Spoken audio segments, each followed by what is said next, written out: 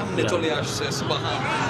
যতই বদনামের শিকার হবেন, যতই আপনার দুর্নামের শিকার হবেন, যতই আপনার গীবতের শিকার হবেন, যতই হিংসার শিকার হবেন, শ্রদ্ধার সাথে সবাইকে বলে যাচ্ছি, প্রত্যেকটা নবীকে আল্লাহ যে পাঠিয়েছেন নির্দিষ্ট দায়িত্ব দিয়েছেন। এই দায়িত্বের আবার একটা নির্দিষ্ট এরিয়া ছিল। যেমন আদম নবীকে দায়িত্ব দিয়েছেন ব্রাহ্মণবাড়িয়ার জন্য, মুসা নবীকে দায়িত্ব দিয়েছেন সিলেটের জন্য, ঈসা নবীকে দায়িত্ব দিয়েছেন চট্টগ্রামের জন্য, দাউদ নবীকে দায়িত্ব দিয়েছেন নোয়াখালীর জন্য, ইসহাক নবীকে দায়িত্ব দিয়েছেন রাজশাহীর জন্য।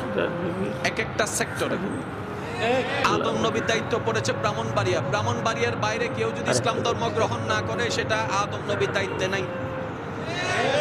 জোরে বলেন না। এবার বলেন, প্রত্যেকটা নবীকে আল্লাহ এরিয়া দিয়েছেন কত? বিশ্বের সামনে ছোট ছোট, বিশ্বের সামনে। এবার সারা বিশ্বের সামনে ব্রাহ্মণবাড়িয়াকে চিন্তা করেন, সারা বিশ্বের মানচিত্রে যদি আপনি চট্টগ্রাম চিন্তা করেন,